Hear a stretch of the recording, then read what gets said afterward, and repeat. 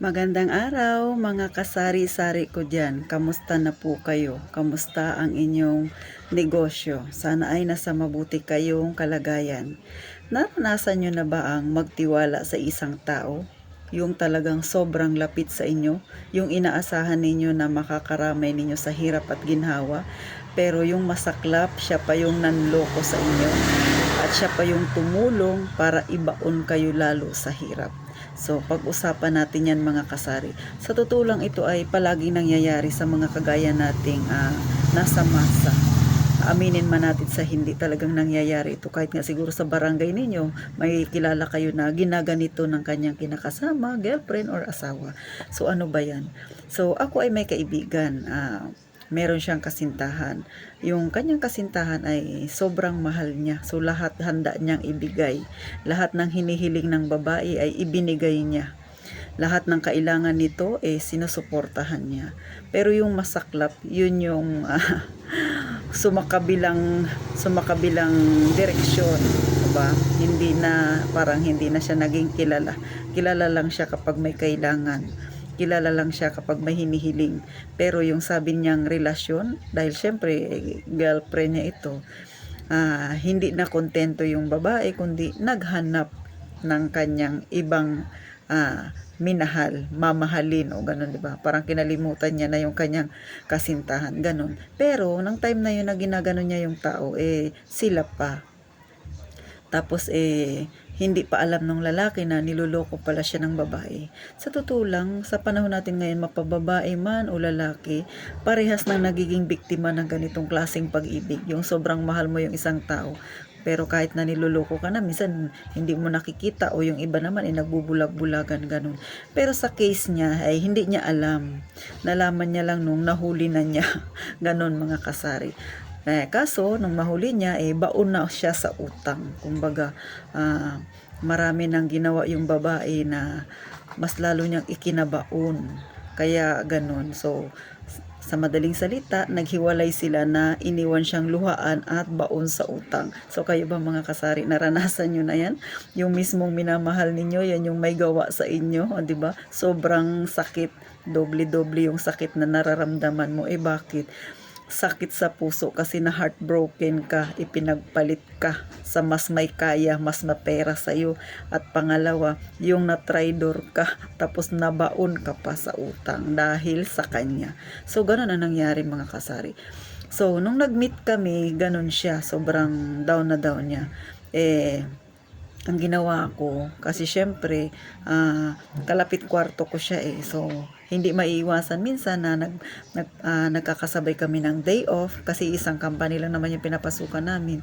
Tapos yung kwarto namin ay magkatabi, hindi maiwasan na minsan kami ay nagkukwentuhan ng mga bagay-bagay, kasi syempre, parehas kami na malayo sa aming mga pamilya. So, naikwento niya yung kanyang buhay, yung nangyari sa kanya. So, ganun. Pero siguro nasa mga mahigit 6 na buwan na silang hiwalay ng babae, ganun. Pero medyo sariwa pa din. So, naikwento niya ganun. So, kahit papano, syempre, ako ay meron na ring experience sa ganun dahil nga nahiwalay rin ako sa asawa. So, napayuhan ko siya kahit papano, na sabi ko sa kanya, lalo na sa pinansyal, kasi talagang sobrang baon niya sa utang. Tapos malaki nga yung kinikita niya, pero mas malaki pa yung binabayaran niyang utang.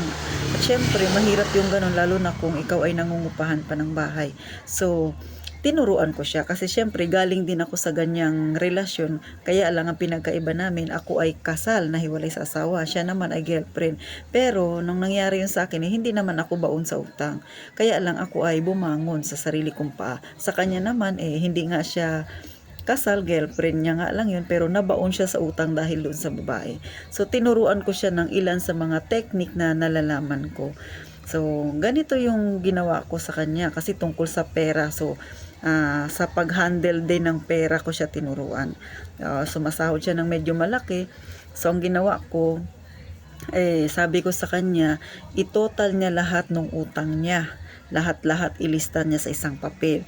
Tapos tingnan niya doon kung saan ba yung mas malaki yung interest ng utang niya. Hanapin niya doon kung saan, kung sinong tao na yun yung mas malaki ang interest kasi nanghiram siya ng pera sa mga kakilala niya, yung tawag na 5-6.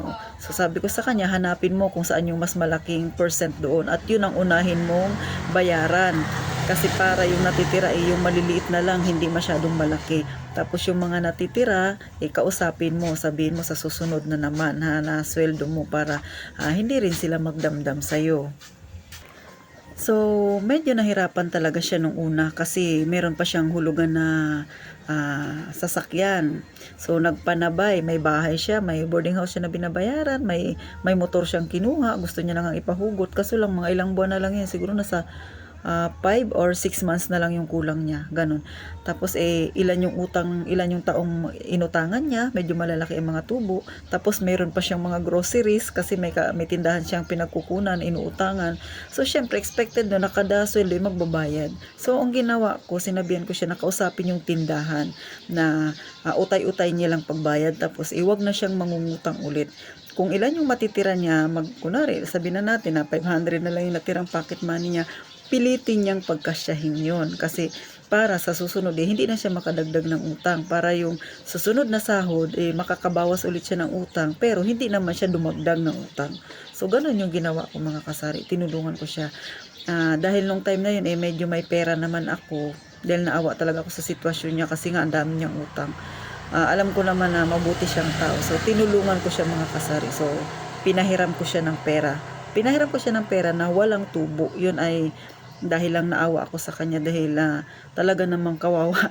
Syempre, dati nangyari rin yan sa akin. Experience ko rin yan. Bagamat yung aking tulong ay pakunti-kunti lang naman na tulong. Siguro ang tulong na nagawa ko sa kanya, yung isa niyang utang, ako muna yung nagtapal, tapos binabayaran niya ako noon ng paunti-unti. Sabi ko, wag niya muna akong intindihin. Tapusin niya muna lahat ng may utang niya na may tubo, sa kanya na lang ako bayaran pag nakaluwag-luwag na siya. So, nangyari naman yun mga kasari. Pagkatapos ng isang taon lang, tapos niya na lahat bayaran ng utang niya. Sa totoo lang, yung 5-6 niya, parang 3 tao yun na inutangan niya na medyo malalaki. Tapos may grocery siya na 2 na malaki rin yung mga grocery niya, pinagkakautangan. Tapos may bahay pa siya, tapos may motor. Yung bahay, normal yun kasi doon ka nakatira, nangungupahan ka. Tapos yung motor niya, ayun, kahit papano, natapusan niya rin. Pagkatapos nun, hindi nakawala na siya sa utang. So tinulungan ko ulit siya na mag-ipon, hindi lang basta pera ang tinulong ko sa kanya kung paano humawak ng pera.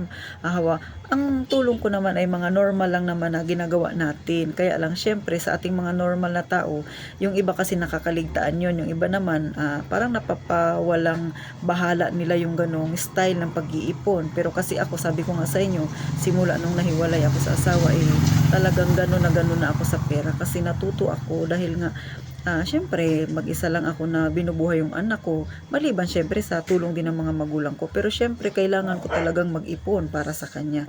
So gano'n, nung time na yun siguro wala na ako sa mall, nagtatrabaho sa mining na ako. So gano'n po yung nangyari kasari. So sa awa naman ng Panginoon, natulungan ko siya. Pagkatapos ng 1 taon at kalahati, totally free na siya sa mga utang. Yung 1 taon na yun talagang wala na siyang utang, pero nag-a-adjust pa siya ng kaunti kasi talagang sobrang hirap din ang pinagdaanan niya bago niya natapusan ang lahat ng utang nun.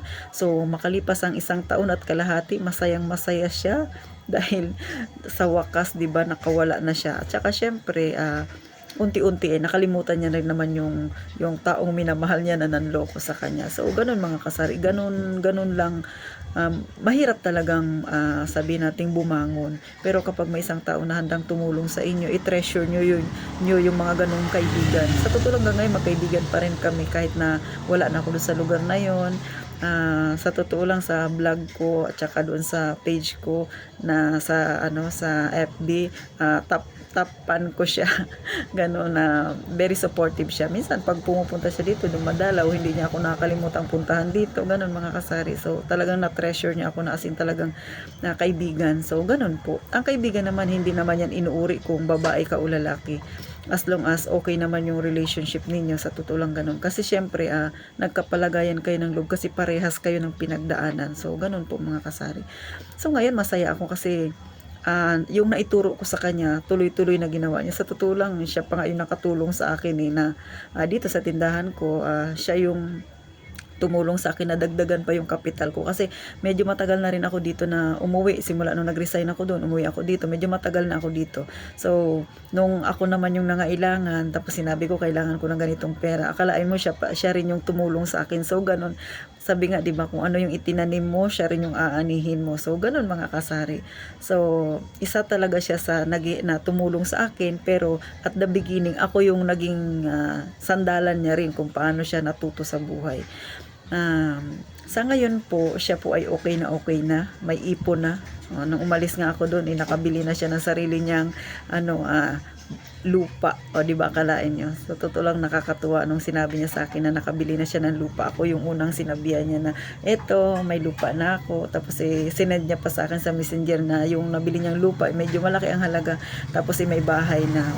Natuwa ako kasi nga hindi nasayang yung tulong ko sa kanya, at ganun din naman siya sa akin, hindi naman din nasayang din yung tulong niya sa akin. So ganun po mga kasari. Ngayon masasabi kong okay na okay siya kasi naturuan ko siya mag-invest katulad ng sa alahas. Hindi naman siya mahilig sa alahas, pero yun nga, tinulungan ko siya kasi magandang investment yung alahas. Nag-ipon siya ng mga ilang alahas na yun. Tapos ang nakakatuwa, hindi niya sinusuot, iniipon niya lang. Sabi niya nga sa akin, malaki na raw yung value kasi tinanong niya, ang laki-laki na raw ng value ng alahas na yon nung nabili niya. So di ba, pag may nangyayari sa kanya, sinasabihan niya ako na ganito yung nangyari, ganyan. Masaya ako kasi may natutunan siya. Then sa pera, mayroon na rin siyang naipon. So kita niyo mga kasari, sa simpleng tulong lang ng isang kaibigan, malaki yung pinagbago ng isang tao. So kayo ba, may ganyan kayong kaibigan? So yun yung sinasabi natin na kapag may umalis, may darating, 'di ba? Pero sa lahat ng mga sakit na nararamdaman mo, meron yang isang tao na ipapadala ni Lord na handang tumulong sa iyo. Ganon siguro mga kasari kapag buo ang iyong paniniwala sa kanya. Kasi ako ganon yung nangyari sa akin na paghihiwalay namin ng asawa ko, sobrang sakit talaga. Tapos tatayo ka ng mag-isa, magulang ka, nanay ka na, tatay ka pa, pero nandyan yung aking mga magulang na handang tumulong sa akin. So ganun po, may mga tao talaga na ibibigay ng Panginoon para ikaw ay maging matatag. So yung mga ganyang tao, i-treasure natin yan, kasi ilan lang yan sila, sa totoo lang. Ganun mga kasari.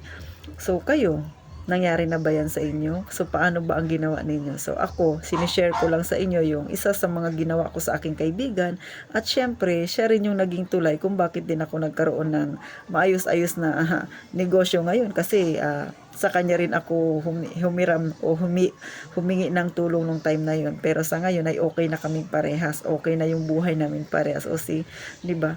So ganun lang, tulungan lang tayo mga kasari. So kaya nga itong vlog na to nagawa ko kasi gusto kong i-share sa inyo yung mga napagdaanan ko, mga napagdaanan din ng mga kaibigan ko, kasi ito yung tunay natin na buhay, ito yung realidad nating nasa masa. Bagamat syempre gusto rin natin gumanda yung buhay natin, hindi lang naman negosyo yung pinag-usapan natin, kundi mga minsan personal at mga bagay-bagay na nangyayari sa ating buhay. Makatulong nawa tayo sa mga may taong ganito ang pinagdadaanan. Pero sa totoo lang, mahirap mag-open ng isang problema sa tao na hindi mo pa ganun kakilala. Pero siguro may time na nagiging open ka sa isang tao, kasi siguro yun na yung way nung Panginoon na ibibigay niya yung tao na yun, kasi magiging sandalan mo yun. So mga kasari, kayo ba ay nagkaroon ng motibasyon? Nagkaroon ng naging na-inspired ba kayo, or baka may mga taong kagaya ko o kagaya ng kaibigan ko na ganun yung pinagdadaanan at napakinggan ito ngayon? Sana ay makapagbigay ng lakas ng loob sa inyo na magpatuloy, tsaka laban lang, na maraming mga tao dyan na handang tumulong sa inyo. Pero syempre wag mong lahat ibibigay yung trust mo, kahit nga minsan sa minamahal mo, di ba? Gaya ng kwento ko sa inyo, taong gusto niya na sanang pakasalan, tapos yun nga, gano'n yung nangyari. So hindi natin talaga masasabi minsan yung kung sino pa yung pinakamalapit sa atin, yun pa yung magbibigay sa atin ang higit na sakit, o di ba mga kasari? So thank you po sa inyong panonood. Sana po ay wag kayong magsawa na subaybayan ang aking channel, hindi lang tungkol sa negosyo, hindi lang tungkol sa personal na buhay. Syempre talakayin din natin ang iba't ibang problema na hinaharap nating nasa masa, nasa ganitong sitwasyon. Para yung iba hindi mahilig magkwento sa kanilang kaibigan, pero narinig nila ito, maaaring ito yung magbibigay sa kanila ng idea para maging malakas at makabangon. So thank you po muli, paki-like and subscribe naman po ng aking YouTube channel at magkita tayo sa susunod na upload ko, mga kasari-sari ko dyan ha. Mag-iingat po kayong palagi at ito ang inyong pambansang tindera, ang Ate Tintin ninyo.